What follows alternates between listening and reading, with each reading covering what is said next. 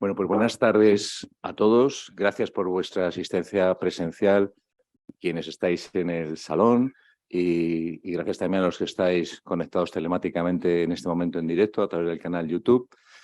Y para quienes nos veáis en diferido, pues buenas tardes, noches, días, lo que sea. Gracias por estar en cualquier caso en el Colegio de la Abogacía de Madrid.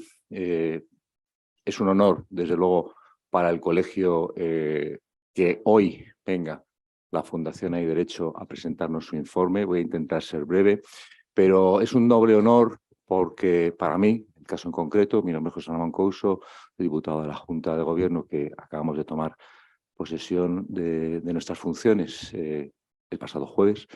Y os saludo también en nombre de toda la Junta, de algunos compañeros de la Junta de Gobierno, como Roberta, diputada también, que está aquí, y de todos los miembros de la Junta, y especialmente de nuestro decano, Eugenio Ribón, que hoy, por razones de agenda, pero de las de verdad, no está en Madrid y no ha podido estar, si no estaría aquí saludándoos a todos. Así que, Jordi, os debe una, o le debemos una. En cualquier caso, para el colegio es de verdad una alegría y un orgullo recibir a la Fundación Hay Derecho. Y digo en esta doble condición, desde la Junta de Gobierno, pero también en mi condición, que no la puedo ocultar, sino sacar pecho de ello, en mi condición de patrono de esta fundación. Una fundación necesaria en nuestro país, necesaria desde hace mucho tiempo y cada día más necesaria. El informe que hoy van a presentar las personas que me acompañan en la mesa es un informe de un altísimo grado de profundidad y de calidad, y que para quienes no lo conozcan, yo creo que después de esta jornada tendrán ganas de no solo ojearlo, sino de leerlo con atención. Antes que nada, quiero presentar a las personas que me acompañan, empezando por el flamante presidente de la Fundación Hay Derecho, queridísimo Segismundo Álvarez. Es también, por supuesto, un honor el que estés con tu cargo reciente, yo creo desde el 20 de diciembre también, desde el día que fueron las elecciones en el Colegio de la Abogacía. Así que, oye, coincidencias de la vida.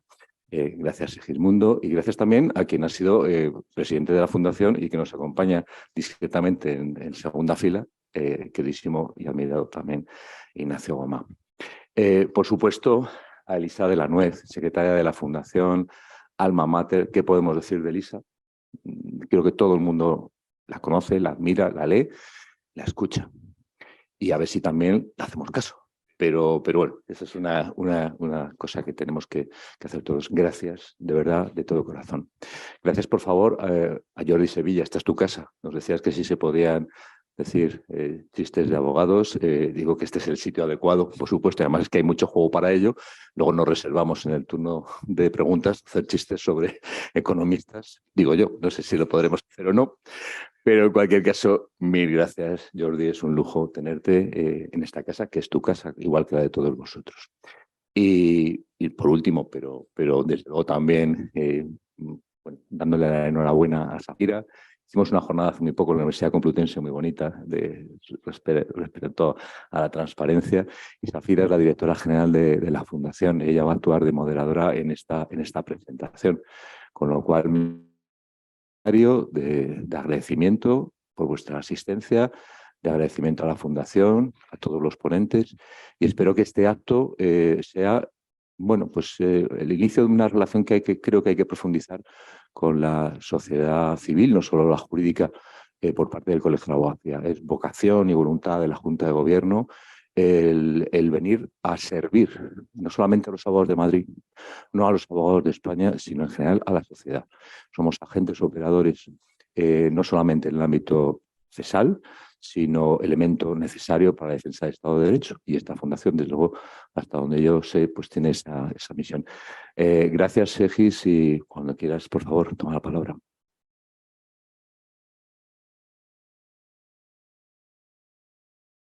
Ahora, nada. Voy a intervenir brevísimamente para agradecer al Ilustre Colegio de Abogados de Madrid la invitación para presentar nuestro informe sobre el Estado de Derecho aquí en el colegio. Y bueno, aprovecho para felicitar a la nueva junta directiva también y a desearle mucho éxito. Para nosotros es muy importante, es lo estar aquí hoy. Es muy importante porque este informe que hemos hecho es un hito para nosotros. Llevamos más de 12 años como blog, casi 8 como fundación, defendiendo el Estado de Derecho en España. Hemos hecho informes, hemos escrito libros, hemos hecho decenas de seminarios, hemos publicado miles de posts para defender el Estado de Derecho en España.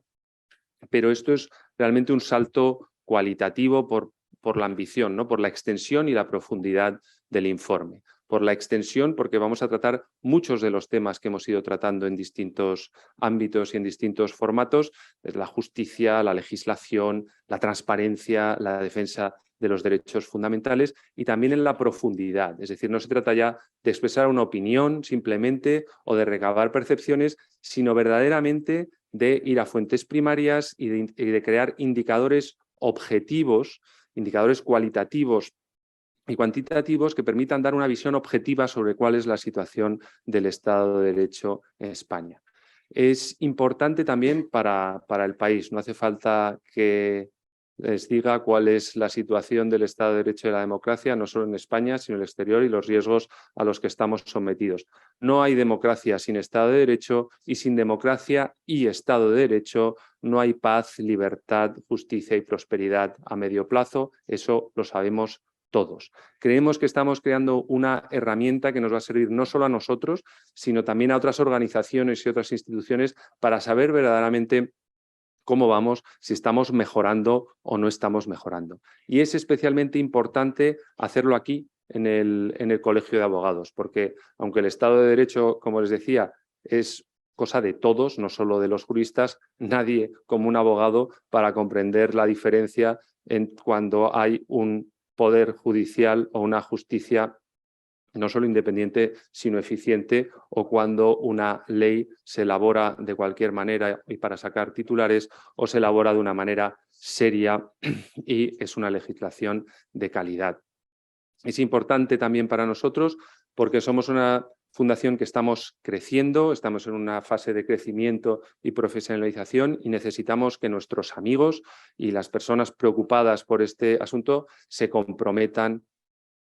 En el caso de los abogados, además, la ayuda puede ser no solo económica, sino que debe ser de otro tipo, aportando contenidos, ideas, incluso críticas, y ayudarnos a movilizar a la sociedad y también a influir en los poderes políticos y económicos para verdaderamente que haya una conciencia de que hay que reforzar el imperio de la ley y mejorar nuestras instituciones. Y es algo fundamental y tarea de todos. Y sin más, doy la palabra a nuestra directora general, a Safira, para que dirija la conversación entre nuestros brillantes ponentes. Muchas gracias. Muchas gracias, Segismundo. Es un placer estar aquí, no solamente en nombre de Derecho, sino también como parte que soy de esta corporación, y para pues tener el honor de dirigir y de animar esta conversación, que quiero explicarles primeramente en qué va a consistir. Voy a formular una serie de preguntas a Elisa de la Nuez. Elisa de la Nuez es no solamente la secretaria general de Hay Derecho, sino también directora o codirectora formalmente, diremos, de este informe de investigación que ha codirigido junto con Germán Teruel y Fernando Jiménez, profesor de Derecho Constitucional y catedrático de Ciencias Políticas, respectivamente, de la Cátedra de Buen Gobierno de la Universidad de Murcia, que participa en este proceso de investigación, y es además también abogada en ejercicio y abogada del Estado en excedencia.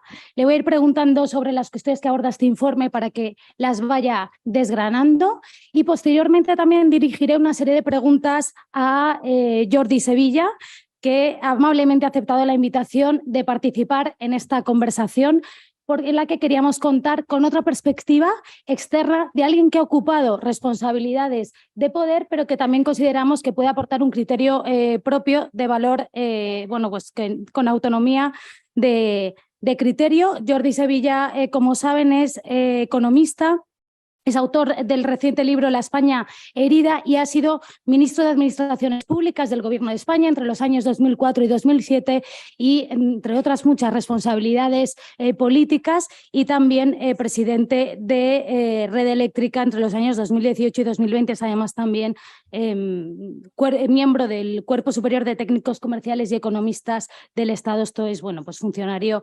de carrera.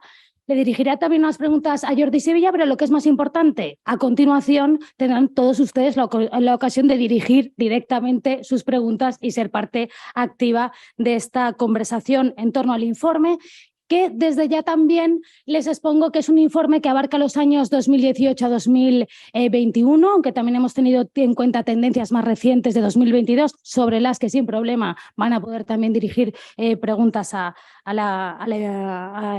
Elisa como directora de la investigación, y va a ser un informe de carácter periódico que pretende ofrecer una radiografía que huya de las opiniones sesgadas.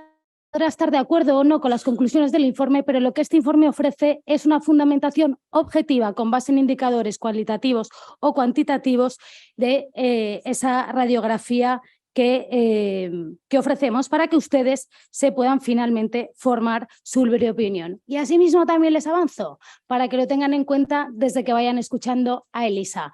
Este informe está también abierto a su buen criterio para aportar mejoras para futuras ediciones. Y no es un ofrecimiento formal, sino que les animo activamente a que tengan eso en mente. Nos lo hagan llegar hoy en el debate o en cualquier otro momento posterior, porque estamos a su disposición.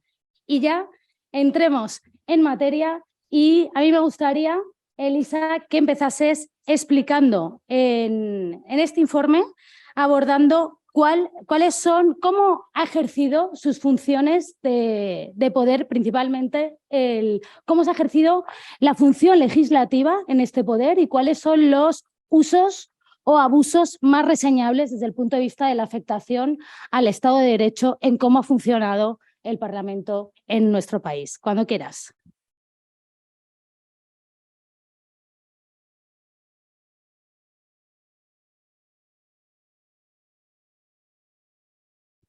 Ahora, vale, eran los agradecimientos. Antes de entrar en lo que comentaba Safira, al Poder Legislativo, sí que quería hacer una pequeña referencia, porque hemos hablado del marco temporal del informe, que es el 2018 al 2021, pero sí que es importante para nosotros, como ha explicado nuestro presidente, que nosotros llevamos mucho tiempo trabajando en temas de Estado de Derecho y, por tanto, nosotros habíamos identificado una tendencia ya anterior que, digamos, considerábamos un tanto preocupante desde este punto de vista. Y en concreto estos años que han transcurrido han pasado cosas, digamos, de una especial complejidad. Hemos tenido las consecuencias del proceso catalán, hemos tenido o tenemos un gobierno de coalición minoritario que está apoyado por partidos independentistas, hemos tenido y tenemos un Parlamento extremadamente polarizado, donde los consensos transversales prácticamente no han sido posibles, y hemos tenido una pandemia de COVID-19. Con esto, que esas tendencias que ya venían de antes, y es importante reseñarlo, de alguna forma se han agudizado o han sido sometidas a un proceso, digamos, muy intenso de resistencia que, a nuestro juicio, bueno, pues ha dado señales de debilidad, ¿no? Y ahora ya, bueno, esto es un índice de la democracia en España que conocerán, es el índice del Economist, donde vemos un poco reflejado la tendencia. Aquí no se mide exactamente el Estado de Derecho, pero obviamente el Estado de Derecho es un componente esencial y en concreto nos ha penalizado mucho en la última edición el tema del Consejo General del Poder Judicial. Aprovecho para contar una anécdota personal. A mí me han entrevistado en el Economist, que esto de verdad ya me puedo morir tranquila, precisamente con ocasión de lo que estaba pasando en el Consejo General del Poder Judicial. Por tanto, es algo relevante. Y también otra cosa que no ha dicho nuestro presidente, pero que quiero también poner de relieve, nosotros lo que queremos es tener como un enganche con el estudio del Estado de Derecho que está haciendo la Comisión Europea.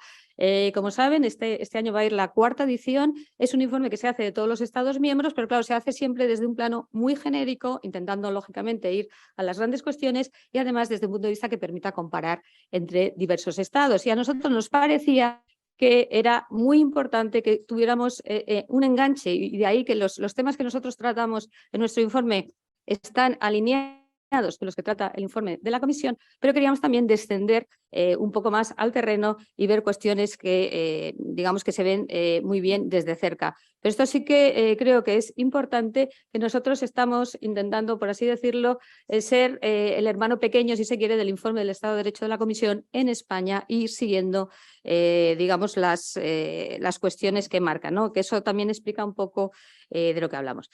Bueno, esto básicamente, como ya les digo, es un informe que intenta establecer indicadores objetivos, por tanto, por eso también la razón de la presentación visual, porque tenemos una serie de datos y también hacemos, por supuesto, análisis cualitativo, pero nos parecía muy importante tener datos cuantitativos objetivos, porque como dice Safira, para nosotros es muy importante que no se perciba como opiniones más o menos subjetivas, sino que esto tiene una base, ¿no? ¿De dónde hemos sacado los datos? Bueno, pues básicamente de los datos publicados por organismos oficiales. Hemos hecho solicitudes de transparencia, hemos utilizado informes y documentos públicos, hemos utilizado también fuentes secundarias y, como hemos dicho, hemos cerrado la recogida de datos a 31 de diciembre de 2021. Esta es la estructura del informe, lo tienen colgado en nuestra página web y lo que pretendemos es que lean el informe, no solo que vean esta presentación. Es un informe, yo creo, bastante trabajado. Hemos seguido, como digo, estas cuestiones porque son básicamente las cuestiones que trata, y en este orden, el informe del Estado de Derecho de la Comisión Europea, pero también es cierto que no todas las hemos tratado con el mismo grado de profundidad. Y de hecho, en esta presentación nos vamos a centrar más en algunas cuestiones que hemos trabajado más que en otras, aunque de cara a futuro pues sí nos gustaría profundizar en todas ellas. Y sin más, ahora, Safira, ya te contesto. El tema del poder legislativo. Bueno, pues lo que nosotros hemos querido, como digo, es medir esa tendencia que apreciábamos de un deterioro del papel del Parlamento de nuestro país, que tiene muchas manifestaciones, pero que pensábamos que una de ellas que queríamos ejemplificar era el uso constante y creciente del decreto ley como forma de ordinaria de legislar. Como ustedes, entiendo que la mayoría son abogados, pues aquí puedo pasar un poco de por qué no es normal legislar a base de decreto ley. Esto es una herramienta, digamos, excepcional, tiene carácter excepcional, y sin embargo lo que nos dicen es que no es en absoluto excepcional. Es cierto, inmediatamente digo, ha habido un periodo de pandemia y por tanto se ha hecho un uso intenso del decreto ley, que en estas circunstancias sí estaba justificado, pero digamos esto no es, esto viene de antes y, como digo, no se termina con la pandemia, y aquí lo pueden ver, ¿no? Y es llamativo, digamos, en relación con el número de leyes orgánicas y de leyes ordinarias que aprobamos. Bueno, aquí hago un poco esas reflexiones sobre, hacemos estas reflexiones sobre el abuso del decreto ley, que también, si lo ponemos en perspectiva, me parece que es interesante. Con esto hemos sacado la media de decretos leyes al mes por legislatura y, como ven, siempre se ha usado el decreto ley con una cierta alegría en nuestra democracia, pero realmente es ahora cuando bueno, podemos ver que se ha incrementado muchísimo, ¿no? Y esto, desde nuestro punto de vista, es una patología. ¿Por qué? Bueno, pues porque el control parlamentario de los decretos leyes es muy deficiente. Aquí ponemos, hemos solo encontrado 5 ocasiones donde no se han ratificado o no se han convalidado los decretos leyes, y efectivamente como proyectos de ley, pero no tantos como parecen, ¿no? Estos son también un poco los datos, en el sentido de los que se han acabado tramitando como proyectos de ley, los que se han terminado aprobando como ley, como ven, no son demasiados. En cuanto al contenido de los decretos leyes, aquí también hacemos una referencia a que el decreto ley prácticamente se mete de todo. Son como, si se acuerdan los viejos del lugar, las famosas leyes de acompañamiento que fueron declaradas inconstitucionales porque eran un poco un totum revolutum. Pues esto ahora mismo es un decreto ley con muchísimas menos garantías que las que podían tener las leyes de antes, y como decimos, pues se usa muchas veces para forzar convalidaciones en bloque, porque se mete un poco de todo. Aquí tenemos un ejemplo, tenemos alguno más en el informe. Bueno, pues prácticamente para cualquier cosa. Otro dato que se suele hablar menos y que a nosotros nos llamaba la atención, y que también le digamos, hemos puesto de relieve digamos, en la interlocución que tenemos con la Comisión es que tenemos un problema con respecto a nuestras obligaciones legislativas comunitarias, ¿no? Entonces, es llamativo, estos son datos de la propia Unión Europea, es que encabezamos el ranking de países que están sometidos a procedimientos por infracción del derecho comunitario, es decir, somos malos cumpliendo nuestras obligaciones legislativas comunitarias que, como ustedes saben, son cada vez mayores, cada vez tenemos más legislación a nivel europeo y, sin embargo, no hacemos bien los deberes. Otros problemas que también ha mencionado un poco nuestro presidente, que nosotros hablamos mucho de legislar para la foto, ¿no? Son esas leyes que son de usar y tirar, se usan para hacerse una foto y luego pues ahí quedan. Hemos analizado algunas en nuestros artículos y en nuestros posts, donde básicamente, bueno, pues como digo, son de usar y tirar, se presentan y luego eso tiene poca eficacia, poco recorrido, están mal hechas y no pasa nada. ¿Y cómo mediamos eso? Bueno, pues hemos medido con una herramienta de la que se ha dotado el propio gobierno recientemente, que son los planes de cumplimiento normativo. Digo, bueno, pues vamos a ver, ¿no? El propio, digamos, gobierno dice, tenemos unos planes, vamos a ver qué previsión tenemos de normas que queremos aprobar y vamos a ver cómo estamos, ¿no? Y esto es un poco el grado del cumplimiento de iniciativas normativas previstas en los dos planes que existen hasta ahora, que son el de 2020, empezaron el 2021. Claro, aquí si lo ven, parece que no vamos tan mal, ¿no? Claro, luego cuando miramos un poquito la letra pequeña vimos que tenía un poquito de truco, porque nos medían por las iniciativas que se ponían en marcha, pero no por las iniciativas que después realmente se aprobaban, ¿no? Y entonces, cuando lo ajustábamos por las pruebas sobre las propuestas, la cosa ya no iba bien. ¿Y esto por qué tiene relevancia? Y esto era una forma que se nos ocurrió de medirlo. Hombre, porque se supone que si en un sistema, digamos, legislativo ordenado, tiene que haber una planificación razonable de aquellas leyes que se prevé que se van a aprobar, que además son leyes que van por el procedimiento ordinario, lógicamente, y sin embargo, como vemos, esto no pasa y gobernamos mucho a golpe de reacción, a golpe de decreto ley, a golpe de ocurrencia, ¿no? Por no hablar ya de las famosas proposiciones de ley que entran, digamos, por otro lado y que estas ya, pues, que estas no las hemos medido, pero quizá para otro año podríamos medir cómo vamos de proposiciones de ley. Bueno, en cualquier caso, como les decía, un poco la reflexión es que tenemos un problema con el Poder Legislativo que hemos intentado medir y, como digo, hay más indicadores en el informe, yo les traigo aquí los más llamativos, pero que quizás es algo a lo que se suele mirar menos que, por ejemplo, al Poder Judicial. Gracias, Elisa. Pues vamos a adentrarnos ahora mismo en el Poder Judicial y ahí, como ya, bueno, ya lo anticipa la diapositiva en la pantalla, quería pasar en primer lugar a lo que es antes de el propio funcionamiento de juzgados y tribunales a la figura de la Fiscalía General del Estado. ¿Estamos normalizando que más que Fiscalía General del Estado estemos ante Fiscalía General del Gobierno? ¿O qué problemas se han detectado en el informe en relación con el funcionamiento en la Fiscalía General del Estado respecto de su autonomía, su imparcialidad y algunos casos significativos respecto de quiénes y qué rotación se ha producido en la figura de la Fiscalía General del Estado en este periodo? Sí, bueno, aquí es interesante porque precisamente la Fiscalía General del Estado es uno de los temas que preocupan en la Unión Europea y que quizá son menos tratados. Aquí realmente no hemos ido tanto a indicadores, digamos, cuantitativos que quizá para otros años podríamos traer, sino un poco a los problemas detectados básicamente en las figuras de los fiscales generales del Estado, que también están detectados por parte del informe de la Comisión Europea.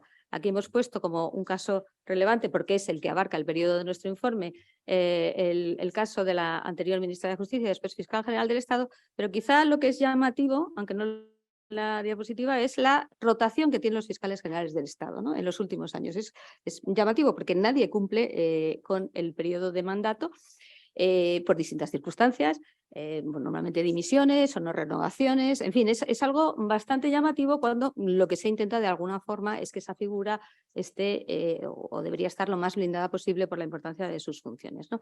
En cualquier caso, lo que sí supone esto, que se suele ver menos, es una reducción de la garantía de los propios fiscales que trabajan en la Fiscalía General del Estado, porque el fiscal general del Estado tiene realmente muchos poderes dentro de la Fiscalía General del Estado, que esto quizá se conoce menos. Aquí hemos trabajado más que con indicadores, que no era fácil, aunque como digo, quizá para años posteriores sí lo podemos ver.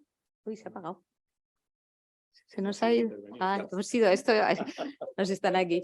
Bueno, hemos trabajado con casos concretos y el tema es un poco, como le digo, el poder prácticamente omnímodo el fiscal general del Estado para hacer nombramientos discrecionales e incluso remover, digamos, a fiscales en asuntos, digamos, de una cierta complejidad o incluso en la Fiscalía Anticorrupción. Y también queríamos llamar, y aunque esto es un poquito una anécdota, pero nos parecía relevante, estos casos los hemos estudiado en el informe y también en el blog, los casos, digamos, concretos de fiscales que, digamos, han tenido problemas con respecto a su mantenimiento en su puesto, vamos a decirlo así, pero también nos llamó mucho la atención el nombramiento como promotor de la acción disciplinaria de la Fiscalía General del Estado de un fiscal que había tenido problemas y que había tenido que dimitir como fiscal anticorrupción en la etapa del gobierno de Mariano Rajoy. Esto simplemente es como dato, porque la Fiscalía se suele conocer menos y quizá viene bien fijarse un poco en su funcionamiento interno. Y ahora pasamos al Poder Judicial en su principal dimensión. Y ahí me gustaría, Lisa, que nos hablaras por lo menos de 3 partes que toca el informe, aparte de cualquier otra cosa que quieras adicionar. Una que por desgracia sigue en plena vigencia, que es la politización del Consejo General del Poder Judicial y los problemas derivados de ella y el bloqueo en su renovación. La otra son otras formas de interferencia del Poder Ejecutivo en el Poder Judicial, pero ya no en el Consejo General del Poder Judicial como órgano de gobernanza, sino lo que es en la función directa que desempeñan los jueces y magistrados. Y finalmente que se ha detectado en el curso de la investigación como principales problemas de la capacidad del sistema judicial para dar respuesta a la ciudadanía en cuanto al acceso al servicio público de justicia. Sí, pues yo creo que además, como comentamos al principio, y luego creo que Jordi lo dirá también, yo creo que es un poco lo que todos los ciudadanos entendemos, ¿no? Que es sin un poder judicial que sea independiente, que sea neutral y que funcione adecuadamente, el Estado de Derecho tiene evidentemente un problema. Aquí el caso que no sé si ha llegado al metro, como decía la ministra de Justicia, pero ciertamente ha llegado al debate público del actual Consejo General del Poder Judicial, que lleva ya ahora mismo más de 4 años sin renovar.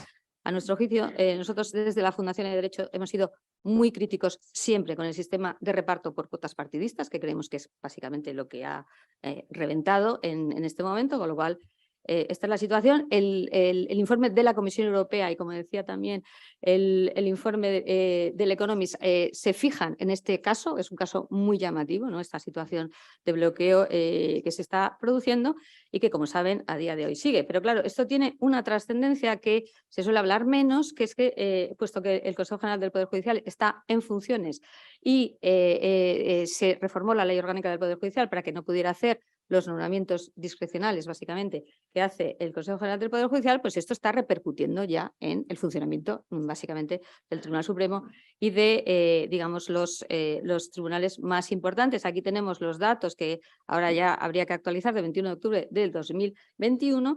Es decir, que esto, que es simplemente que ahora ya no pueden hacer esos nombramientos, tiene una repercusión directa en la capacidad digamos, la sala, básicamente, del Tribunal Supremo de resolver recursos.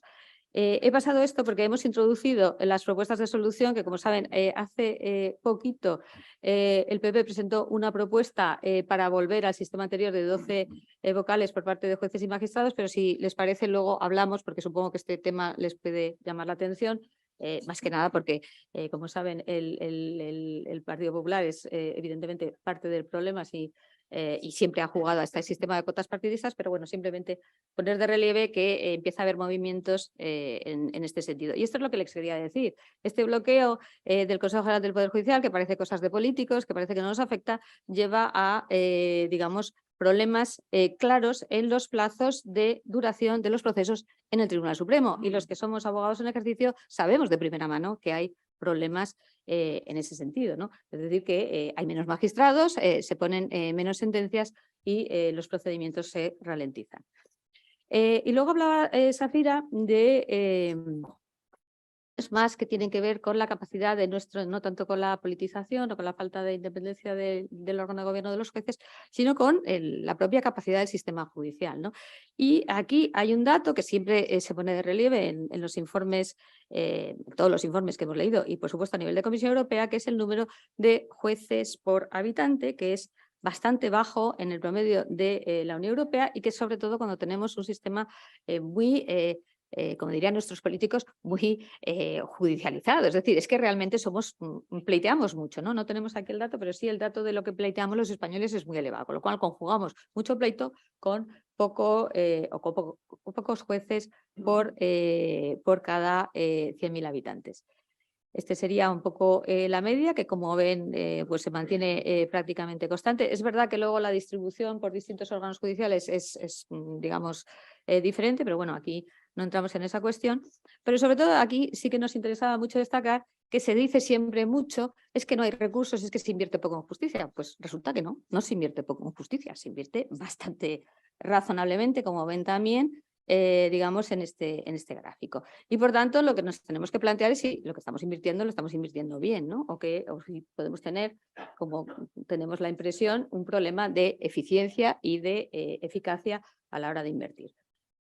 Y luego, bueno, no sé si querías también de los procesos de ejecución o pasamos un poco rápidamente. Bueno, básicamente, otra de las cuestiones es los tiempos de ejecución de las sentencias, que son muy lentos. Luego, no sé si tú querías también comentar plazos de la longitud de los procedimientos. Y aquí también otras interferencias del Poder Ejecutivo en el Poder Judicial. Bueno, aquí lo que hemos hecho una referencia es al tema de los indultos, porque claramente es una interferencia del Poder Ejecutivo dentro del Poder Judicial, y también al tema de las puertas giratorias, que se suele hablar menos y de vez en cuando se habla para intentar limitar entre política y justicia. Esto a mí siempre me llama mucho la atención, la gran cantidad de jueces que van y vienen de la política a la justicia. Es perfectamente legítimo, por supuesto, que un juez se dedique a la política, pero no tengo tan claro si al día siguiente se puede incorporar a la Audiencia Nacional o a la Audiencia Provincial o donde sea, ¿no? Yo creo que esto como imagen, y también es una cuestión que preocupa a nivel de Unión Europea y de Grupo de Estados Anticorrupción, no es demasiado buena. Y el tema de la arbitrariedad de los indultos es un tema también que hemos trabajado bastante y que se refiere al final a lo que podemos llamar autoindultos o aquellos supuestos donde se dan indultos de alguna forma que benefician particularmente a la clase política en contra del criterio del Tribunal Sentenciador y de la Fiscalía. Aprovechamos para recordar una cosa que se suele decir poco, que es la ley del indulto es de 1870. Por tanto, estamos usando normalmente una herramienta realmente muy anticuada.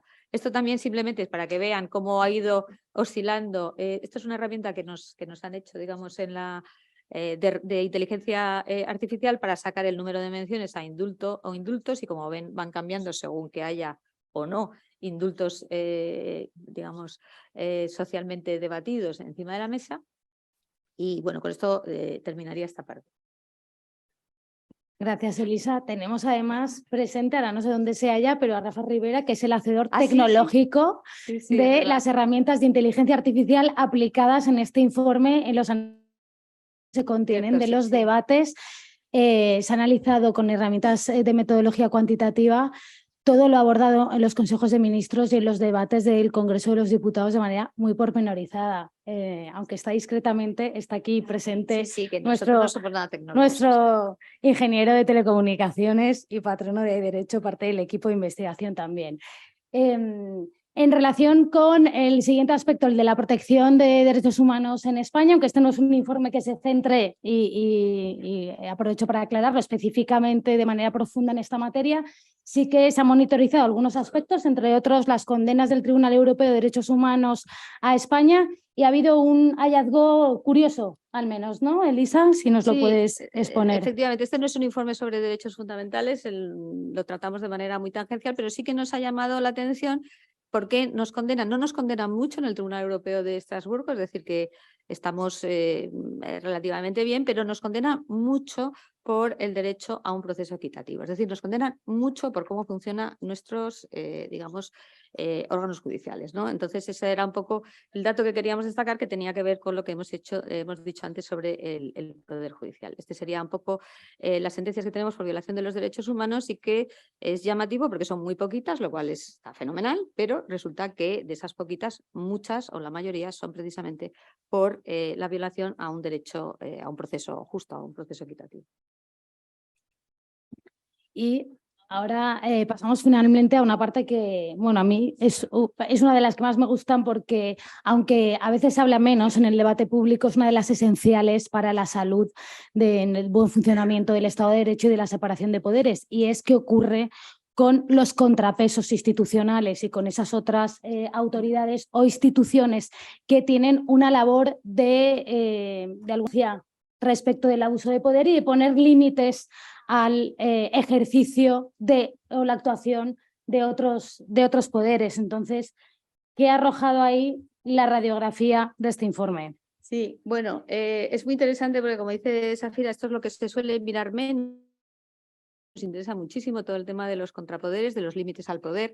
Y aquí esta transparencia es nueva para esta presentación, es un poco lo que hemos vivido en las últimas semanas, ¿no? Lo que se ha producido en la crisis, en la renovación del Tribunal Constitucional. No voy a entrar aquí en el tema de fondo, pero sí como, digamos, ejemplo de hasta qué punto problemas que tienen nuestras instituciones y que vienen de muy lejos, que esto siempre hay que decirlo, pues en un momento dado pues producen un problema muy, muy profundo, y donde yo creo que se ponen muy bien de relieve los problemas de nuestras instituciones de contrapeso, en la medida en que, bueno, pues de alguna forma o de bastante forma, los partidos tienden a utilizarla, ¿no?, como, digamos, una herramienta política más, ¿no? Con ese papel de institución de contrapeso. Y esto tiene que ver con algo muy interesante, ¿no?, que es la duración de los procesos en el Tribunal Constitucional, que es muy larga. Entonces, claro, una institución de contrapeso que está bastante mediatizada, vamos a decirlo así, por ser generosos, por los partidos políticos, y que por otra parte tiene un retraso sistemático y muy grande con respecto a su papel, digamos, como garante de derechos fundamentales y para velar sobre la constitucionalidad de las leyes, pues creemos que tenemos ahí un problema importante desde el punto de vista de lo que es una institución de contrapeso esencial, ¿no?, en una democracia. Continúa. Vale. El resto de contrapesos Sí. y particularmente además también lo que afecta a los medios de comunicación. Bueno, esto no lo he traído aquí para no alargarme mucho. A ver, digamos, en contrapesos hemos trabajado básicamente en la lucha contra la corrupción. ¿Por qué? Porque en el informe del Estado de Derecho de la Unión Europea hace mucha hincapié en esto, y aquí lo que sí nos ha preocupado es que, como ven, hemos bajado muchísimo en la percepción de que la corrupción es uno de los problemas, de los tres problemas principales de España, y esto creemos que en sí mismo es un problema, porque nuestra percepción es que sigue habiendo una corrupción institucional elevada, más allá de los casos más o menos mediáticos que van apareciendo, y sin embargo no se aprecia así en el debate público. Sin embargo, hay un interés creciente por la transparencia, y la transparencia al final es una herramienta, ¿no?, entre otras cosas, de rendición de cuentas y de lucha contra la corrupción, y ahí tenemos también los datos. Pero también nos encontramos con una creciente resistencia a cumplir con las resoluciones. En este caso es el Consejo de Transparencia, que también es una autoridad de contrapeso, una autoridad independiente, estatal, también las hay autonómicas, donde vemos que, digamos, bueno, es verdad que en el año 2021 hubo menos, pero es que es el año de la pandemia, no es muy relevante. En el año 2022 han subido otra vez muchísimo. Se están recurriendo contra las resoluciones del Consejo, que dan, digamos, derechos de acceso a la información pública. Y lo más interesante es que las administraciones han descubierto que, a lo mejor, más que recurrir, lo que hay que hacer simplemente es no cumplir con las resoluciones. Y vamos viendo cómo, digamos, se va aumentando ese proceso, cada vez va aumentando con cada ejercicio, donde sencillamente las resoluciones en que se da acceso a la información pública no se cumplen. Esto sería por administraciones territoriales que, como ven, van bastante peor. Y yo creo que aquí lo dejaríamos, primero por no enrollarme demasiado. Sí tenemos otros contrapesos analizados en el informe. Hemos analizado contrapesos como son los medios de comunicación de titularidad pública. Nos gustaría en otros años ir ampliando, pero bueno, tenemos más análisis de instituciones de contrapeso, pero para no alargarnos demasiado, Pues las conclusiones serían un poco estas, ¿no? Que tenemos una situación que creemos que es de deterioro de Estado de Derecho, que insistimos mucho, que viene de lejos, pero que de alguna forma ha hecho crisis en algunas cuestiones muy concretas, como es el caso del Consejo General del Poder Judicial, el Tribunal Constitucional, digamos, son problemas muy estructurales que venían de mucho tiempo y que en un momento dado, bueno, pues no aguantan, ¿no?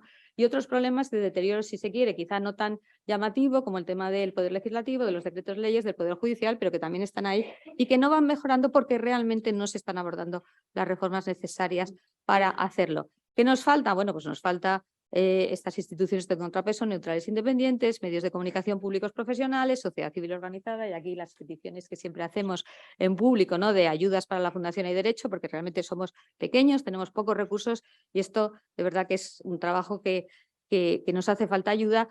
Y, como decimos, bueno, pues que de alguna forma todos tomemos conciencia de que, como decía el presidente al principio, es que sin un Estado de Derecho digno de tal nombre, la democracia se deteriora, ¿no? Y yo creo que nos jugamos mucho con estas cosas y nos gustaría un poco transmitir una cierta sensación de urgencia, ¿no? Que quizá en otros años no teníamos tanto y que ahora sí que nos parece que realmente hemos llegado a un punto donde si esto no se revierte o no se empieza a poner medios para ir en otra dirección, probablemente nos podemos encontrar, digamos, con un deterioro, no te diría que irreversible, pero quizá con una inercia muy, muy negativa, ¿no?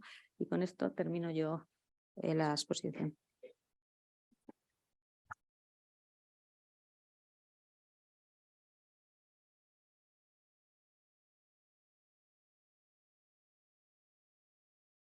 Muchas gracias, Elisa. Y además, al hilo de lo que ha mencionado, me he dado cuenta que he olvidado antes reseñar que este informe está elaborado con fondos propios, evidentemente no con subvenciones públicas ni procedentes de ninguna otra institución o partido, que es la libertad que nos da decir lo que consideramos que hay que decir. Le pese a quien le pese, que queremos que el sistema funcione, gobierne quien gobierne. Y alguien que ha gobernado, Jordi Sevilla. Esta radiografía, primera pregunta, sí, general, antes de entrar en cuestiones más específicas. ¿Compartes, no compartes el diagnóstico y qué otras cosas en relación con los elementos actualmente más preocupantes para el Estado de Derecho te atreves a compartir en esta sala? ¿Cuánto tiempo me das? Bueno, muchas gracias. Yo no comparto todo lo que dice el informe, pero he querido estar aquí porque apoyo el informe. Y apoyo que haya una segunda edición y una tercera edición, porque además creo que eso forma parte de la democracia, forma parte del sistema, como decía Churchill, el mejor que existe si excluimos todo, el peor que existe si excluimos todos los demás. Y porque, a diferencia de lo que es el eslogan de Hay Derecho, que es por una conciencia cívica, yo creo que el momento actual empieza ya a ser hace exigible una cierta llamada a por una movilización cívica. No descubro nada, y menos en este salón, si digo que la democracia está en riesgo.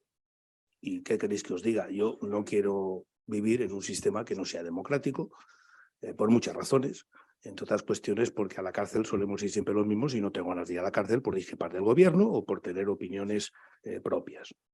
Y quiero que los marquemos en ese contexto, este informe, y en la razón por la que yo estoy aquí, ¿no? Es verdad y se ha dicho que la democracia... Hay Estado de Derecho sin democracia, pero no hay democracia sin Estado de Derecho. Y por tanto, aunque protegiendo el Estado de Derecho no terminamos de proteger todas las fronteras de la democracia, pero es una pieza esencial, ¿no? Y yo creo que tenemos que ser conscientes de que algo que cuando cae el muro de Berlín mucha gente pensó que, bueno, ya está, ya hemos ganado. Es lo que aquel Fukuyama, no es el de ahora, pero aquel habló de lo del fin de la historia en el sentido hegeliano, de que lo real es racional y lo racional es real, y por tanto que ya se había impuesto la democracia y el capitalismo como las formas racionales que se habían convertido en reales y ya por tanto estábamos en ese fin de la historia. Bueno, 30 años después nos damos cuenta que ninguna de las dos cosas es exactamente así. Esta misma semana me parece que ha salido uno de esos muchos informes que se hacen sobre el estado de la democracia en el mundo y, como siempre, depende cómo lo midas. Los dirigentes chinos creen que ellos son una democracia y que además que no hay solo un modelo de democracia, que es esto que los occidentales digan que no somos democracia, nosotros somos una democracia a la China. Y Putin está convencido que, como además tiene elecciones, pues que él también es una democracia arraigada en las tradiciones del pueblo ruso, y no como estos occidentales que son muy raros y se arraigan ahí en la Revolución Francesa y la Revolución Americana y cosas de estas, ¿no? Y que hay un retroceso muy fuerte, y que eso ya no solo es un problema, digamos, de conciencia, no es un problema de bueno, es que yo estoy en un lado de la frontera y estos están en otro lado de la frontera. Es que es un problema que nos afecta a nuestra manera de vivir y de convivir. Y lo estamos viendo con la polarización tan excesiva e inaceptable que existe. Lo hemos vivido en otros momentos, en otras situaciones. Esto, por citar, que habéis empezado con lo del Procés, y lo que todo el mundo, los amigos que tenemos, amigos en Cataluña, todos te decían que ya cuando tenían la comida familiar no se podía hablar del tema, porque si sacabas el tema, en muchas familias era una bronca tremenda. Bueno, ojo, porque esto está empezando a pasar también aquí. O sea, si yo quiero provocar una bronca en mis comidas con amigos o en cenas con amigos, solo tengo que decir Ayuso, y ya con eso la tenemos liada. La mitad forofos absolutos y la otra mitad hay que meterla en la cárcel porque es un peligro para la democracia. Y a mí eso me parece que afecta, por tanto, a nuestra convivencia. Y creo que eso, que en fin, sobre todo en el caso de España, y en fin, aquí veo gente con edad suficiente como para acordarse que tanto nos costó llegar a un sistema democrático, hemos descubierto que el sistema democrático no está establecido y consolidado y que ya nos podemos dedicar a otras cosas, sino que hay que cuidarlo permanentemente. Y hay que cuidarlo, por supuesto, de los que se llaman los enemigos externos, pero sobre todo y fundamentalmente de los que también se llama enemigos internos, que son aquellos que dicen defender la democracia, pero en la práctica vulneran sus reglas. Y las reglas son, en parte, el Estado de Derecho, en otra parte son las reglas no escritas. Y esto, hay algunos libros de cómo mueren las democracias, que si no se lo han leído, en cuanto salgan de aquí pídanlo, urgente leérselo, que es que la democracia también son reglas no escritas. Por ejemplo, no descalificar a tu adversario y convertirlo en enemigo, darle el reconocimiento correspondiente aunque no estés de acuerdo con él, poder venir aquí a defender un informe aunque no lo compartas al 100%, eso también forma parte de las reglas no escritas de la democracia, que en el fondo son reglas no escritas de la convivencia, ¿no? Y yo creo que en sociedades cada vez más plurales, el problema básico de todo colectivo, que es qué haces con quien no es como tú, quien no piensa como tú, quien no tiene tu color de piel, quien no reza a tu mismo Dios, quien no tiene tu misma sexualidad, ¿qué haces? Es la clave de la convivencia, y creo que desde esa perspectiva el modelo democrático que llamamos ahora liberal es la mejor fórmula que ha encontrado el ser humano.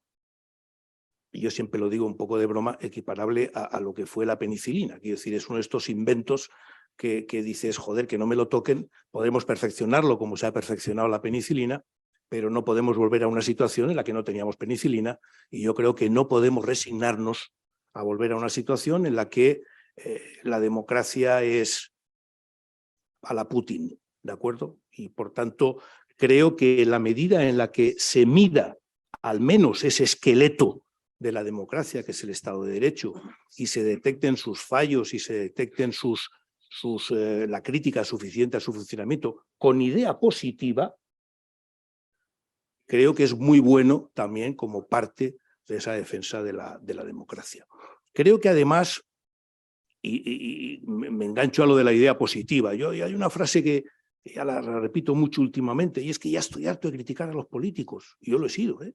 Yo siempre digo que esto de los políticos es como los alcohólicos, soy alcohólico aunque no beba, ¿no? Bueno, pues yo soy político aunque no ejerza, pero no ejerzo. Y yo estoy harto de criticar a los políticos, creo que hay que empezar a ayudarles. Y una manera de ayudarles es este tipo de informes, este tipo de reuniones, este tipo de fundaciones y este tipo de conciencia cívica transformada en movilización cívica. Creo que no hay que pedirles que hagan, sino ayudarles a hacer o hacer nosotros. Creo que ese es el salto que en un momento como el de ahora, en el que, como digo, y creo que hay un acuerdo bastante generalizado lo que está en riesgo son las reglas de juego de nuestra democracia, por tanto las reglas del juego de nuestra convivencia, es algo que se nos debe de exigir, ¿no? Creo que desde ese punto de vista tenemos que reflexionar todo esto. ¿Por qué? ¿Por qué? ¿Por qué pasa, no? Hay una teoría que es, no, es que el gobierno es malo, sea el gobierno que sea, da lo mismo. Bueno, bien, es una posibilidad, ¿no? Pero yo siempre digo, ¿y por qué es malo? Es decir, de verdad, yo no conozco a nadie que le hayan nombrado ministro o presidente de gobierno y en su toma de posesión haya dicho, me comprometo a hacerlo todo fatal, a joderos, os vais a enterar, y además nadie, todo el mundo lo quiere hacer bien. Y además yo me lo creo que lo quiere hacer bien. Por tanto, debe de haber algo más que la explicación en términos de bondad o maldad humana, personal o partidista, para acabar de entender por qué este modelo, que es verdad que no es de ahora, aunque aquí sí que, como en la homeopatía, las dosis juegan mucho, ¿no? Tomarte una copa de vino al día, pues no pasa nada. Si te tomas 2 botellas, te emborrachas. Por tanto, aquí hemos tenido mucho tiempo en el que todo esto pues era una copa, 2, pero es que ahora ya estamos emborrachados. Es decir, se nos ha ido la mano como sociedad, como sistema democrático, se nos ha ido la mano y ya, en fin, ya hasta te llaman del The Economist para algo tan evidente como que carajo pasa con el Consejo General del Poder Judicial, aunque luego discrepemos sobre el modelo de gestión y sobre el modelo de elección, se puede discutir, ¿cómo no?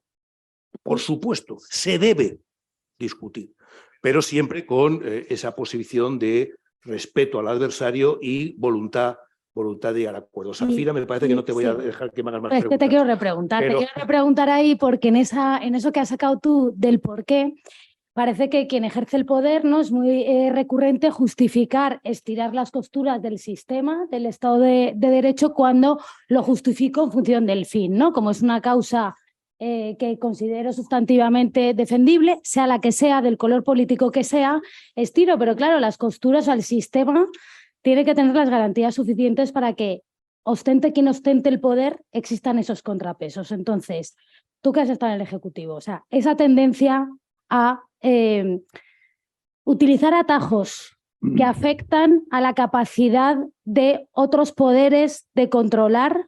Hay manera, o sea, ¿cómo podemos como sociedad contribuir a que eso no ocurra? ¿Qué visión tienes sobre esto? Porque parece que se justifica, pues eso, ¿no? Ese estirar las costuras, ya sea en el abuso del Real Decreto Ley como herramienta o ya sea en cómo se designan los altos cargos de instituciones de contrapeso. Pero los atajos pasan factura al final, ¿no? Creo, en este deterioro que al que yo creo, Zafira, que en esto, no sé, pero en fin, la navaja de Ockham funciona y la explicación más sencilla suele ser la más correcta, ¿no? Se hace porque se puede. Puedo hacerlo y además apenas si tengo ninguna sanción ciudadana por hacerlo. Y como además, esto como con la vejez, poco a poco nos hemos ido acostumbrando de una copa de vino a 2, de 2 a 3, y tú también te has bebido, pues tú también te emborrachaste, pues también hiciste, el otro no sé qué, te callas que tú, en fin, pues lo hemos ido permitiendo y se ha ido derivando a esta situación que yo creo que en algún momento hay que empezar a poner la raya y decir, oye, de aquí no podemos pasar, no debemos pasar si no queremos llegar a una situación más difícilmente reversible. Yo creo que, en fin, puede ser, tiene que ser reversible. Pero yo ahí quiero vincular al porqué. Yo llevo mucho tiempo diciendo, y después de pensarlo mucho, yo siempre digo lo mismo, que yo me equivoco como todo el mundo, pero siempre es después de pensarlo mucho. O sea, que cuando me equivoco de la leche, o sea, muchísimo, ¿no? Yo creo que aquí hemos tenido el error, en los últimos 10 años, de pensar que nuestro problema era el bipartidismo. Y yo siempre digo lo mismo, el problema no es el bipartidismo, no ha sido el bipartidismo, sino la partitocracia. Es decir, poco a poco nos hemos ido acostumbrando y hemos ido permitiendo un sistema en el que los partidos políticos han perdido la idea de eso que se llamaba antes el interés general y se ha ido primando el interés propio, el interés de partido. Y hablo de los partidos, yo sigo militando en uno de esos partidos, y esto que digo aquí lo digo también dentro. Pero, ¿por qué? Pues porque no era un problema de 2 o 4, si siendo 4 funciona igual que 2. O sea, ¿realmente el bibloquismo ha mejorado el bipartidismo? Pues yo no veo muy bien en qué, la verdad. ¿Aquel modelo de bipartidismo funcionaba bien? No, no, porque era partitocrático. Y porque el último gran pacto de Estado, si es que aquel se le puede llamar pacto de Estado, que yo sigo creyendo que forma parte de la definición de la democracia. La democracia, siempre digo, tiene 3 escalones. Uno primero, que es lo que nos une. ¿Nos une a los españoles algo más que el DNI? Coño, algo habrá, ¿no? Pues si lo que carajo hacemos aquí. Algo más habrá, y habrá que trabajar también lo que nos une, ¿no? Luego hay otro escalón, que es, pensamos distinto, pero tenemos que ponernos de acuerdo. Ese fue el gran ejemplo de la Constitución. Oye, no estamos todos de acuerdo, tenemos opiniones diferentes, pero hay asuntos de Estado en los que tenemos que ponernos de acuerdo sin renunciar cada uno a lo que piensa. Y luego están los temas de los que no peleamos. Y ahí ya la votación, las elecciones, el que gana lo aplica, etcétera, etcétera, ¿no? Yo creo que los 2 primeros los estamos difuminando, los estamos perdiendo. Y en concreto estamos perdiendo el de aquello en lo que, aún no estando de acuerdo, tenemos que ponernos de acuerdo, porque forma parte de la definición de un sistema de derecho y democrático. Y eso significa que tienes que anteponer el interés general, que yo sigo creyendo que existe, al interés de partido. Y eso es lo que se ha ido perdiendo. Claro, cuando irrumpen 2 nuevos partidos, que a mucha gente, yo entre ellos, pensé que de verdad podrían servir para mover mucho el funcionamiento y el esquema, y te das cuenta que son exactamente igual de partitocráticos que los otros, pues entonces no me arreglará el problema. Yo, la verdad es que entre el bipartidismo y el bibloquismo no noto referencia. Y por tanto hay que seguir siendo conscientes que el problema es que hemos perdido la idea de lo que nos une, hemos perdido la idea de, además del DNI, que tenemos en común, y hemos perdido también, por tanto, la idea de que hay una cosa llamada interés general, para la cual debemos de, en algunos casos, cuando sea de interés general, subordinar nuestros propios intereses de partido o incluso de intereses personales o privados, ¿no? Yo creo que ese es un poco el punto que explica por qué todo esto siempre, repito, como la homeopatía, poco a poco ha ido subiendo, cada legislatura ha sido peor, cada gobierno... Partidos me da lo mismo, de verdad, no. Yo hace tiempo ya que no pido el voto, pero lo hemos ido haciendo y lo hemos ido tolerando. Lo hemos ido tolerando como ciudadanos. Por eso yo creo que, además de la conciencia cívica, hay que empezar a hablar de la movilización cívica. Has mencionado, Jordi, entre esos elementos, el de los acuerdos en asuntos de Estado. Hay un ámbito en el que desde la ciudadanía muchas veces se reclama que no exista pues, una mejora que vaya mucho más allá de la legislatura concreta, que es, por ejemplo, uno de los que aborda el informe, que es el funcionamiento de la justicia. Creo que es un tema, nos comentabas antes, que también te preocupa, donde se echa efectivamente especialmente en falta el que exista un abordaje con altura de Estado. También muchas veces se reclaman otro ámbito que tú has conocido muy bien, que es el de mejora del funcionamiento de las administraciones públicas, donde es bastante general desde la ciudadanía y desde empresas que la maquinaria de la administración mueve muchos recursos que muchas veces acaban siendo un obstáculo en el acceso a derechos. ¿Qué nos puedes aportar desde tu visión en esas dos patas esenciales para los derechos de la ciudadanía? Yo creo que hay una serie de temas que no son de izquierdas o de derechas, que no deberían de ser de izquierdas o de derechas. Que haya un buen sistema sanitario y que funcione bien, pues es de izquierdas o de derechas. Me la suda, me da lo mismo. Debería de ser así. O un buen sistema de justicia, ¿no? Ahí hay 2 cosas, que una la mencionáis ahí, te lo comenté, que es el tiempo que uno tarda en ejecutar la sentencia, y yo te dije, no, a mí lo que me preocupa es el tiempo que uno tarda hasta tener una sentencia. Claro, porque imaginaros en los casos más evidentes, en prensa me refiero, ¿no? Que has sido imputado por algo y 7 años después te archivan el caso o te absuelven. Durante 7 años te han convertido en un paria. Si fuera a las 7 semanas, a los 7 meses, venga. Bueno, pero 7 años. Joder, me parece que estamos jugando y de nuevo es esta idea que yo tengo de que nos vamos acostumbrando poco a poco, hasta que llegas a una situación que es inaceptable. Oye, los americanos, que supongo que como Estado de Derecho, pues oye, deben de estar como mínimo igual que nosotros, no peor. El caso Madoff se lo ventilaron en 6 o 7 meses. ¿Por qué carajo nosotros no podemos ventilarnos cualquiera de estos casos? En un sitio o en otro, no entro en el resultado final, en 6 o 7 meses, ¿no? ¿Por qué nos estamos...? Tiene que ver con lo que tú has dicho, los nombres, eso ya me lo sé, ¿no? Pero creo que el tiempo de que uno tarda en la ejecución, en alcanzar la sentencia, es una de estas cosas que no nos podemos resignar a aceptar. Es intolerable. Y creo que hay otro tema vinculado ahí, que también lo hemos mencionado. Justo esta semana, es uno de los asuntos que, en fin, en mi época de ministro me ocupé un poquillo de ello. Esta semana creo que es el Instituto de Estudios Económicos de la COE, ha sacado un estudio sobre algo así como el coste de la mala administración. Es verdad que llegan a el 0,75% del PIB. Bien, vale, de acuerdo, como yo siempre digo, esto es discutible y por tanto, pues oye, pues será el 0,75 o el 1,27, ¿no? Pero que tengamos conciencia de que cuando hablamos del derecho de los ciudadanos a una buena administración, no solo es algo que está, por cierto, en la Carta de Derechos Humanos de la Unión Europea, tenemos derecho a una buena administración, sino que el no tener ese derecho en la práctica tiene costes. Desde los más evidentes, que es el desespero porque llamas a la Seguridad Social y no te cogen el teléfono, hasta el tiempo que pierdes en las diferentes colas de las distintas administraciones, hasta el coste económico como país, las empresas, etcétera, etcétera. Entonces, no nos podemos acostumbrar a eso. Y eso forma parte, y eso, repito, el que funcione bien la administración es de izquierdas o es de derechas. Me la trae al pairo, es de común. Ahí debería de haber uno de los grandes acuerdos, ¿no? Y es donde yo creo que, por cierto, eso sí que podíais incluirlo en el siguiente informe.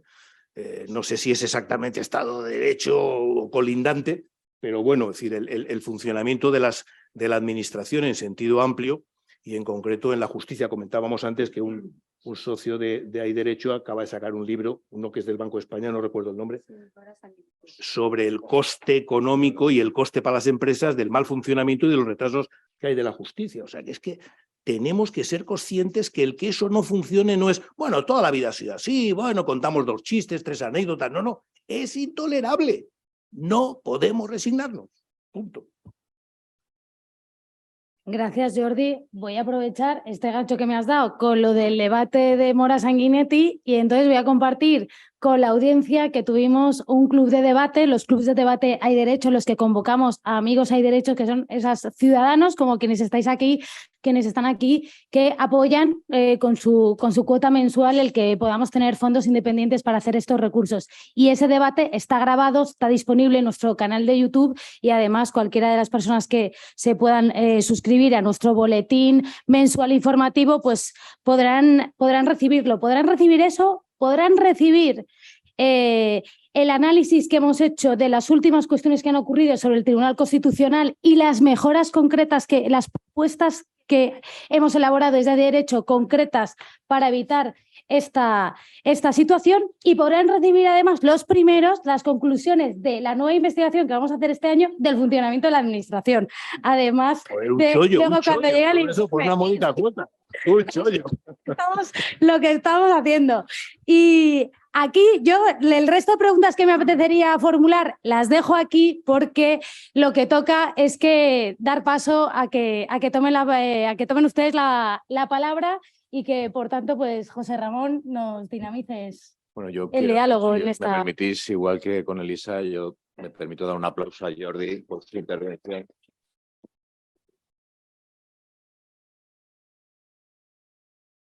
Y agradecerle nuevamente su participación en esta jornada a todos los miembros de Hay Derecho. Yo hago de anfitrión aquí, pero no puedo callarme alguna de las cuestiones que me han suscitado las valoraciones que se han dicho por parte de Elisa y de Jordi. Pasar de la conciencia cívica a la movilización es una reflexión que me parece atractiva e incluso necesaria. Me parece muy importante. En esta casa hablar del coste de la justicia pues me lleva a otra reflexión, evidentemente, ¿no? Curiosamente, cuando ayer nos notificaron una sentencia sobre el tema de honorarios al colegio, pero eso es harina de otro costal, ¿no? Cierto que ya está pagada de hace tiempo. Pero sí que es cierto que esta mañana hemos tenido oportunidad de inaugurar el Congreso Concursal, 6ª edición del Congreso Concursal organizado por este colegio, y algunas personas han venido después de terminar el Congreso aquí, pues se celebra en la sede del Banc Sabadell, y simplemente a comentar que ya no son solo las sentencias, sino que los procedimientos de insolvencia de las empresas y los particulares, como tiempo medio, tardan 5 años.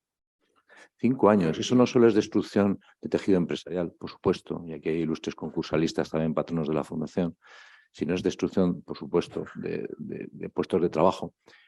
Son dilaciones indebidas, costes para todos los agentes acreedores, trabajadores, etcétera, saturación del sistema judicial con una jurisdicción tan importante como la mercantil, costes que llevan además a la triste conclusión de que en el 96% de los casos se va a la liquidación de las empresas, con lo cual, pues bueno, pues eso es un dato que sí que no me podía ocultar y que quería decir precisamente porque hoy hemos tenido este congreso concursal que mañana tendrá el segundo día.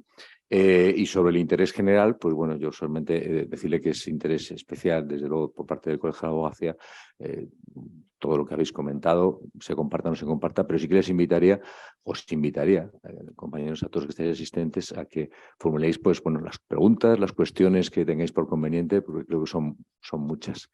Y si hay un micrófono en sala para que se pueda escuchar también a las personas que quieran intervenir, pues sería perfecto. Así que, en nombre del fuego, sí, por favor. Sí.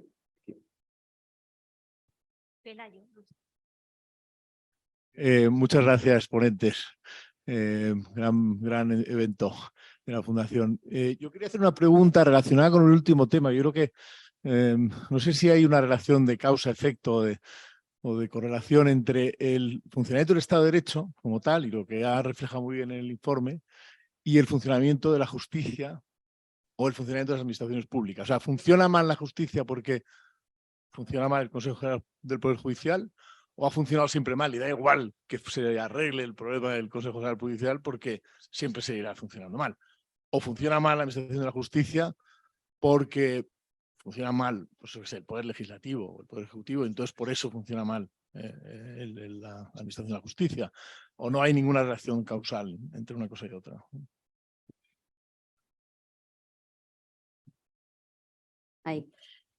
Claro, como yo soy jurista y no economista, a mí esto de la relación causal, nosotros lo que vemos son muchos factores que hacen que haya un funcionamiento, un deterioro de la administración de justicia, el funcionamiento del Estado de Derecho, pero claro, no hay solo uno, esto lo estábamos contando.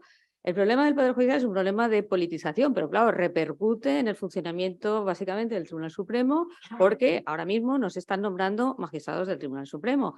O cuando se nombraban magistrados del Tribunal Supremo, pues a lo mejor no eran los mejores posibles porque los criterios no son exactamente o no siempre mérito y capacidad. Luego eso tiene una repercusión, ¿no? Y ese es un poco también uno de los indicadores que teníamos.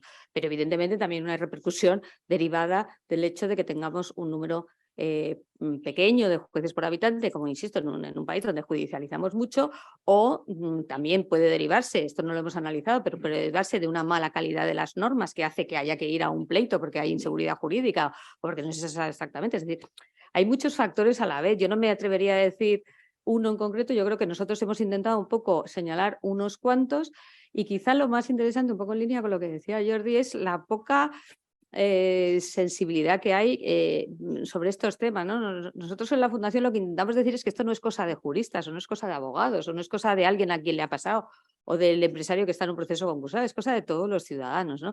Y esa es un poco esa idea de que al final tener un buen sistema, en este caso, un buen Estado de Derecho, un buen sistema de justicia, es algo que nos interesa mucho a todos.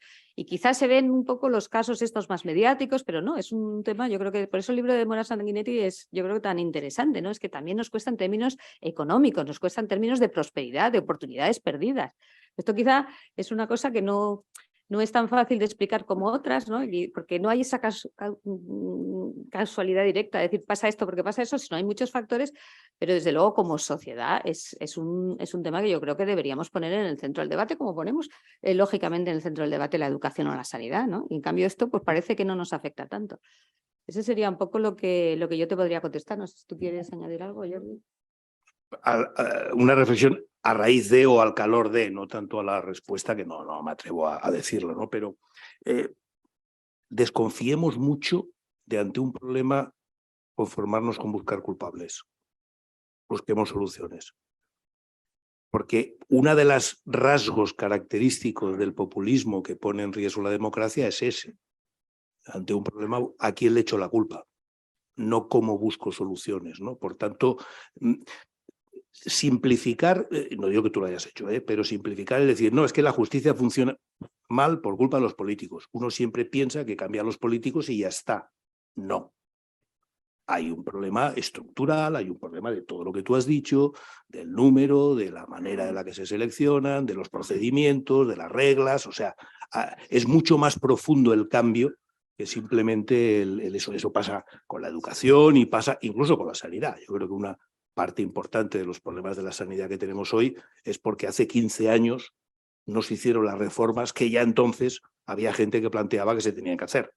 Y por tanto estamos también pagando una parte de ese coste, ¿no? Entre otras cuestiones porque estamos hablando de reformas que solo se pueden hacer pactadas, porque requieren tiempo de aplicación, requieren que la oposición no te las utilice partidistamente contra el gobierno que las adopta y permiten trasladar una cierta garantía, necesitan trasladar una cierta garantía de que gobierne quien gobierne, la línea va a ser la misma, ¿no? Y por tanto son, como la reforma de la educación o de la sanidad o de las pensiones, reformas que han de ser pactadas. Y como en España pactar es de cobardes desde hace un tiempo, pues así estamos.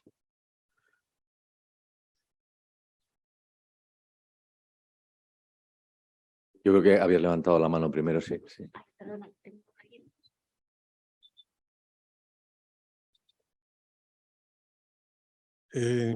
Me presento porque no quiero hacer la pregunta desde el anonimato. Soy Ignacio Navas. Me ha decepcionado un poquito el informe.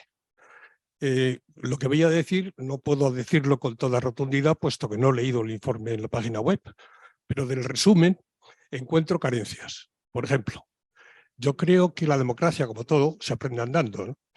En el año 78, cuando se aprobó la Constitución, pues todos estamos encantados. En el año 2021 empezamos a ver la necesidad de que se vaya adaptando a los nuevos tiempos. Hay problemas derivados de la estructura del país, como puede ser, por ejemplo, las listas cerradas, la designación de los cargos sin control ninguno y la ocupación de los órganos de control por los partidos políticos. Y hay otros problemas derivados del mal funcionamiento del poder y de la falta de vertebración de la sociedad civil española. Es un mal endémico. Venimos de una dictadura y en consecuencia estamos poco entrenados. Pero esto es bueno, lo que hacéis vosotros, lo que hace la Fundación de Derecho me parece ejemplar hasta el extremo de que me voy a hacer socio. Creo que es importantísimo el reforzar a la sociedad civil, vertebrarla y darle todos los impulsos, pero también hay que identificar los problemas. Los problemas no son solo el mal funcionamiento de los partidos o la psicopatía o el deseo de gobernar por decreto ley, no. Hay una falta de control extraordinaria y esa falta de control es una de las causas de estos males. Es decir, eso creo que deberíamos distinguirlo de manera clara y luego los problemas derivados de ese mal uso del poder. El mal uso del poder lo vemos en todo. O sea, por ejemplo, hoy he leído que en las últimas estadísticas respecto a sanidad, el seguro privado ha crecido un 17,3% respecto al año pasado. Eso significa que la gente está insegura con la sanidad pública y por lo tanto se va al seguro privado. ¿Eso qué provoca? Pues provoca una escasa reacción por parte del poder. La vivienda.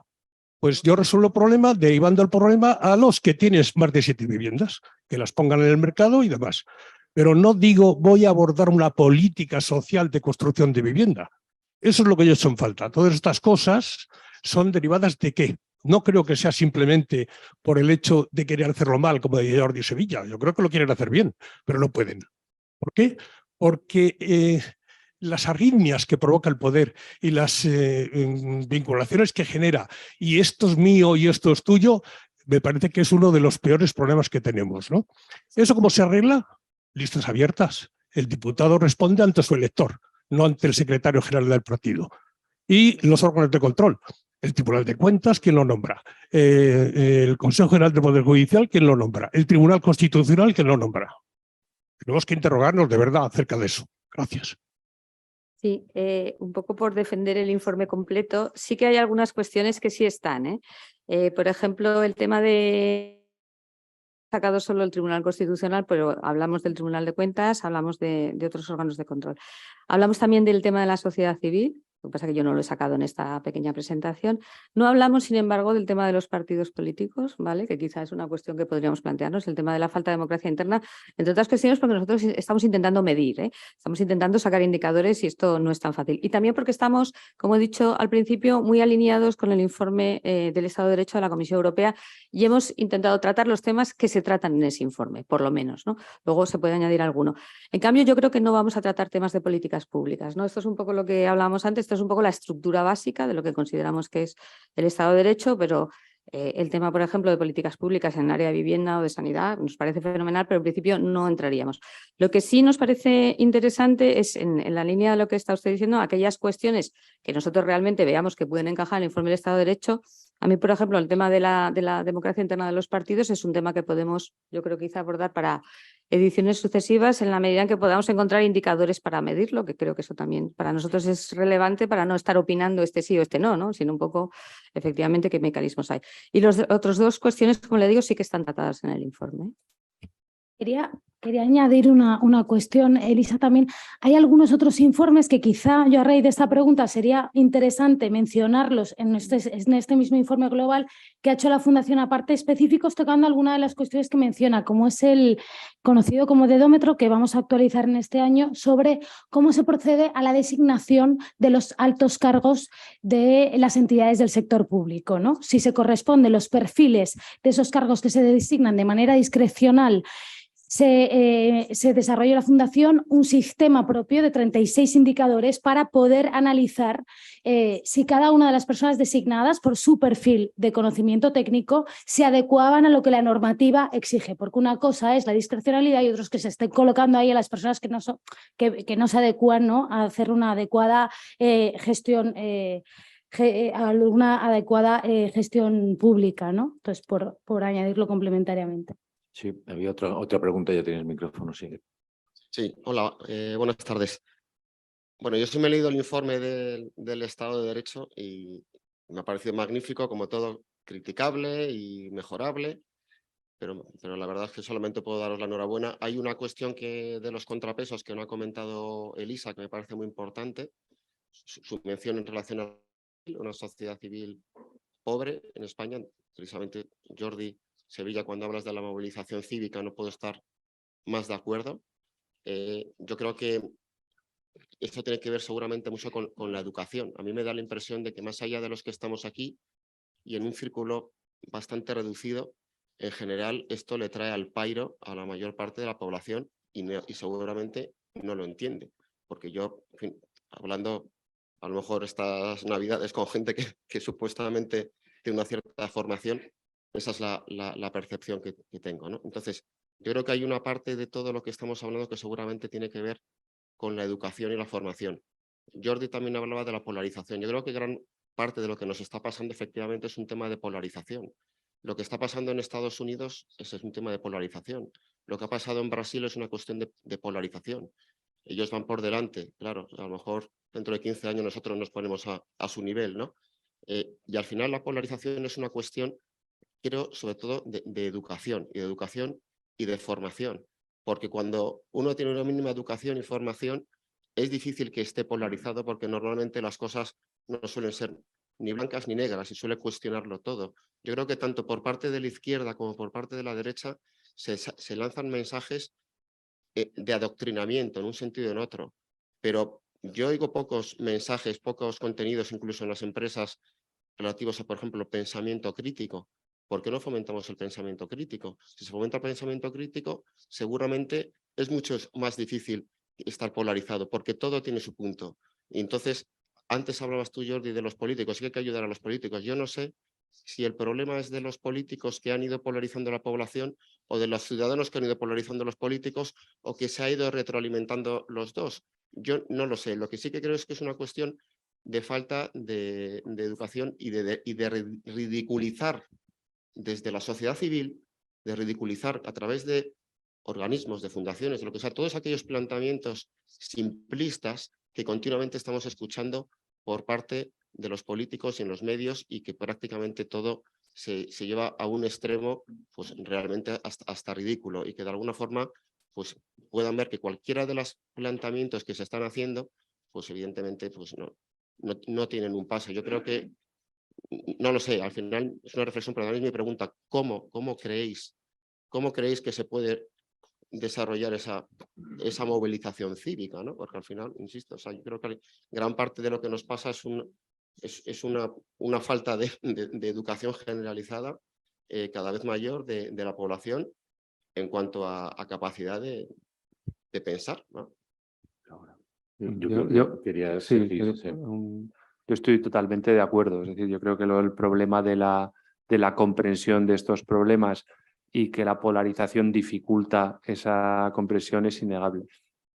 Y la verdad es que es exactamente eso lo que pretendemos en la Fundación. Lo que pasa es que evidentemente no hemos tenido mucho éxito de momento, pero realmente lo que nosotros pretendemos en nuestras publicaciones, en nuestros informes, es exactamente eso, es decir, dar una información de calidad y neutral, es decir, que realmente intentando reflejar para que la gente se pueda de verdad, o sea, la primera fase de la movilización es entender lo que está pasando. Es decir, el tema del Tribunal Constitucional y el recurso y tal no es una cosa sencilla, ¿no? Y para eso hicimos una presentación en Twitter de 10 diapositivas que tuvo un éxito extraordinario porque se explicaba con neutralidad qué es lo que estaba pasando y hasta qué punto eso era, como decían, un golpe de Estado. O sea, es un caso muy claro de polarización porque los dos extremos acusaban al otro de dar un golpe de Estado. Por supuesto, ninguno de los dos estaba dando un golpe de Estado, ¿no? O sea, eso es exactamente lo que nosotros perseguimos, dar una información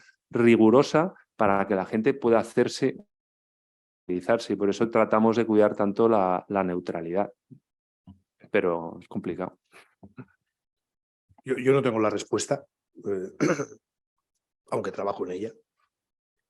Pero a mí me preocupa el que sigamos después de mucho tiempo pensando que esto se arregla con la educación, ¿no? De acuerdo, pero como un elemento más, ¿no? Yo no tengo nada claro que los licenciados universitarios estén menos polarizados que los de formación profesional. No tengo nada claro. Y por tanto, no tengo nada claro que el que haya estudiado filosofía en el bachiller pues esté menos polarizado que el que no lo ha hecho. Por tanto, es un poquito más complicado, donde como mucho la educación es una parte B, esa también es una de las reformas pendientes, sobre qué tenemos que educar, que no es un tema menor en absoluto. Pero creo que hay cosas, es decir, seguramente si hablamos de la independencia del Poder Judicial, esta ministra que va tanto en metro, la mitad de la gente no se quita los cascos.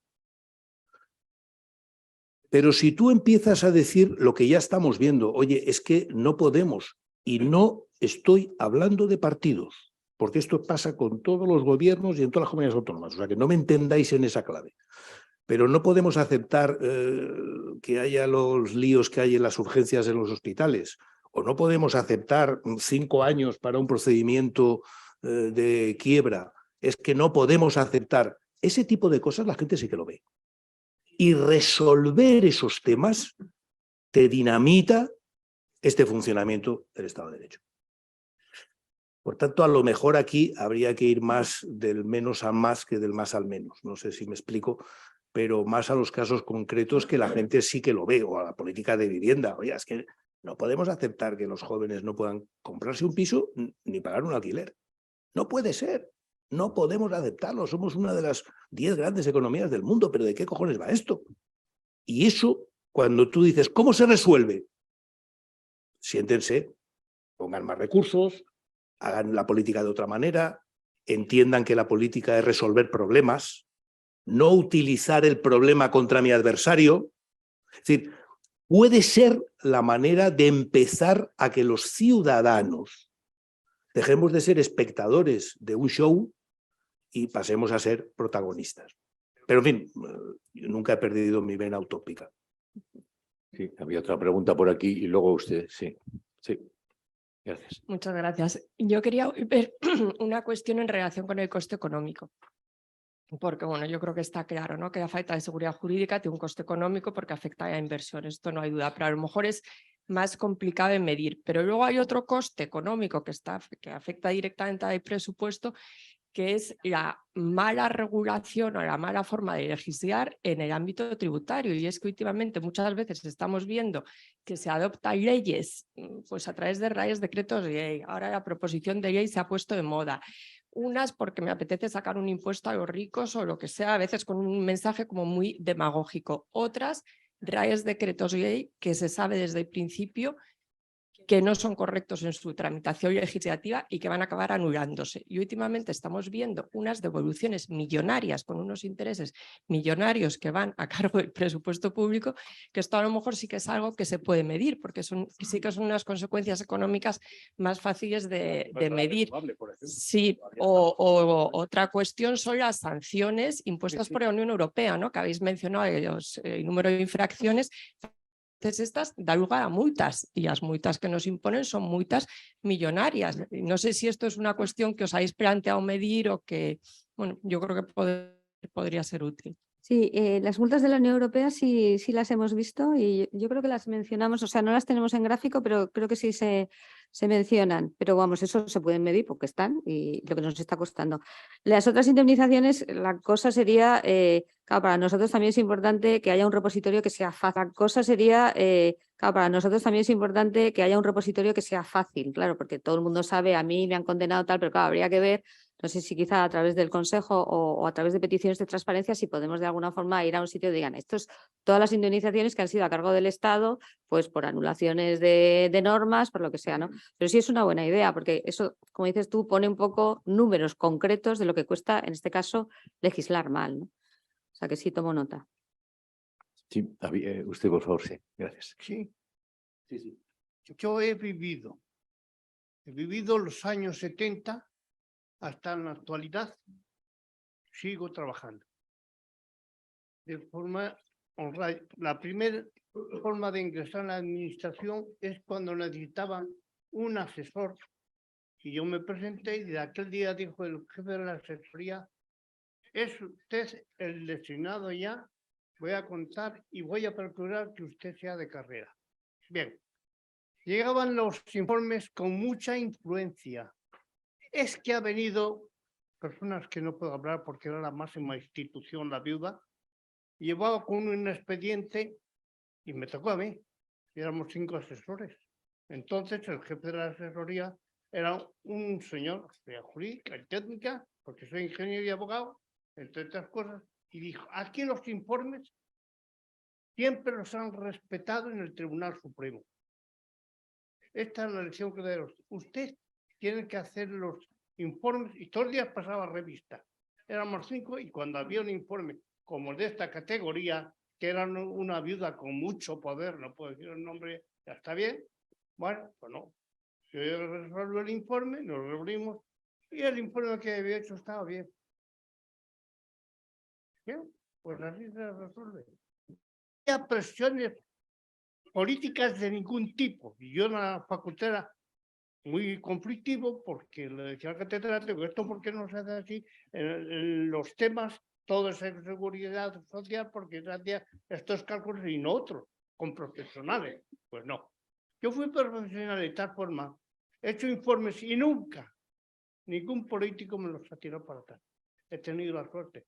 Pero en los años 80, 90, ya claro, querían reestructurar, hacer milagros. No. Los técnicos no tenemos, hacemos las cosas con prudencia y con sabiduría. Veía a mis jefes cuando yo llegaba un subdirector general, llegaba a los 50 años, 60. Ahora, ¿dónde han adquirido? ¿Dónde vamos? ¿Dónde vamos? Yo sigo haciendo informes y sean conflictivos y nunca me han quitado la razón. Doy gracias a Dios. Sí, en el puesto cuando estaba en la administración llegaron, en el puesto mío tenían que dárselo a 5 personas. Yo estaba trabajando por 5. Entonces cambia la forma y ya está. Muchas.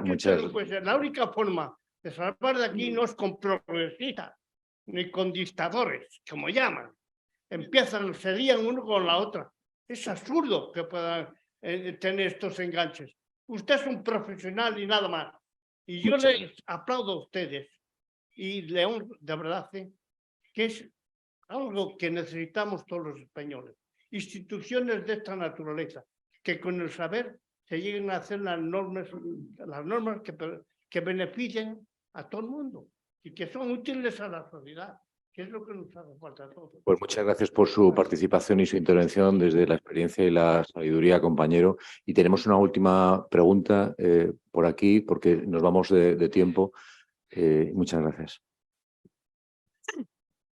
Hola, buenas tardes. Bueno, primero, muchas gracias por todo el trabajo, no solo por este informe, sino por toda la trayectoria de la Fundación Hay Derecho. Mi sugerencia a todos los que están ahí, como posible explicación de la trayectoria descendente que lleva España desde unos cuantos años, quizá podría ser desde el año 2000, para mí desde el año 2000 más o menos, como posible explicación, quizá el hecho de, con la entrada en la Unión Europea y en el euro, al convertirnos en un país subsidiado, directamente y también indirectamente con la financiación barata del Banco Central Europeo, quizá lo que nos esté pasando, como ha pasado por ejemplo en la crisis del 2000-2008, es que malas políticas dan buenos resultados, la gente vive bien y eso hace que malos gobernantes sean reelegidos. Según el catedrático José García Montalvo, que tiene una publicación con no sé si 300 o 400 citas, titulado La maldición de la ayuda, dice que una de las cosas que perjudican al desarrollo de un país es la ayuda exterior, por esa razón, porque fomenta malos gobiernos que ganan elecciones o que no se les combate o que se les deja seguir, y eso hace que la ayuda exterior, en lugar de beneficiar al desarrollo, lo empeore. Entonces, si tenemos un país, como han dicho otras personas, con un bajo nivel educativo, con un bajo nivel de conciencia cívica, esa ayuda exterior puede envenenarnos porque nos da equivocada.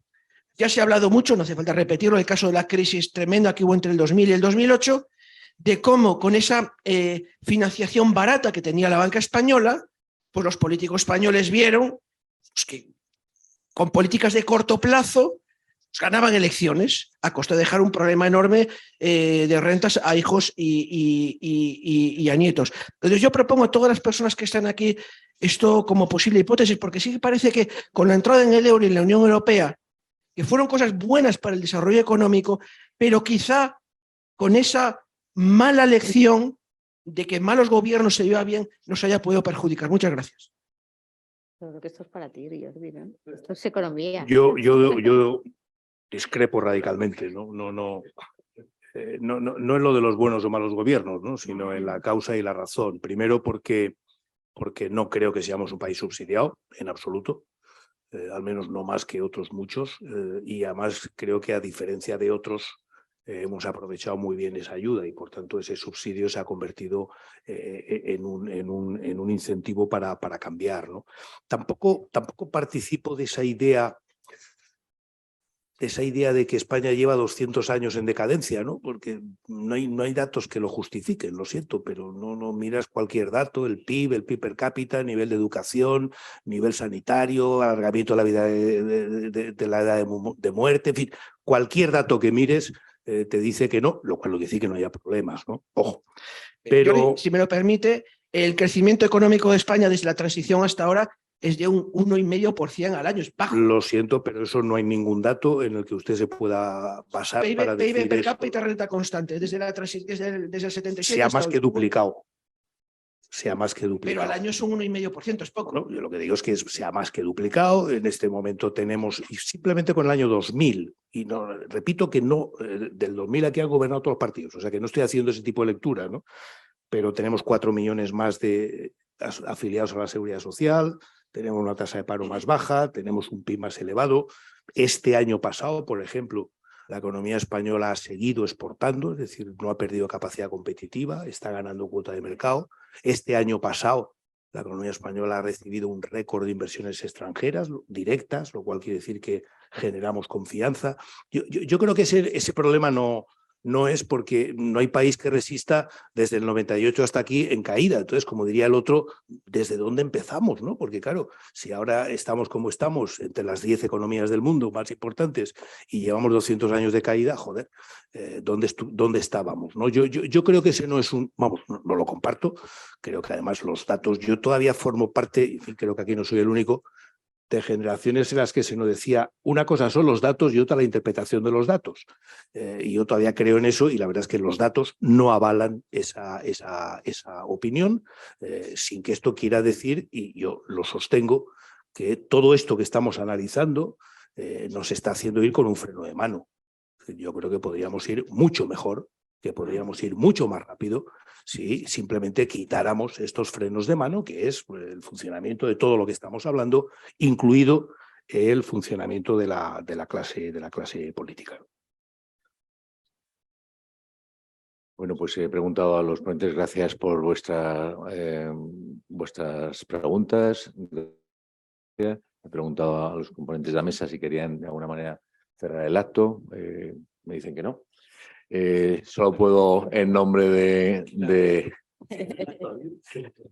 del Colegio de la Abogacía, dar las gracias a Segis, a Safira, a Elisa y a Jordi por esta presentación. Creo que es un informe que ha merecido pues bueno, la atención de todos vosotros, todos ustedes. Creo que merece la pena que se vea, quien no lo haya visto, quien lo lea, quien no lo haya leído. Y una última reflexión, esto a título particular, evidentemente, no desde el colegio. Hemos visto la radiografía, hemos visto el diagnóstico, nos queda el tratamiento. Y he hecho falta en esta sala, y mira que hoy es una sala que está llena, a gente joven con alguna salvedad. Lo siento, somos todos muy jóvenes, ya lo sé, pero echo en falta gente joven. No sé si es un problema de educación, no sé si es un problema de que habría algún partido o no, pero esto tenemos que movilizarlo, esto tenemos que cambiarlo y hay que contar con los jóvenes, evidentemente. Bueno, muchísimas gracias a todos.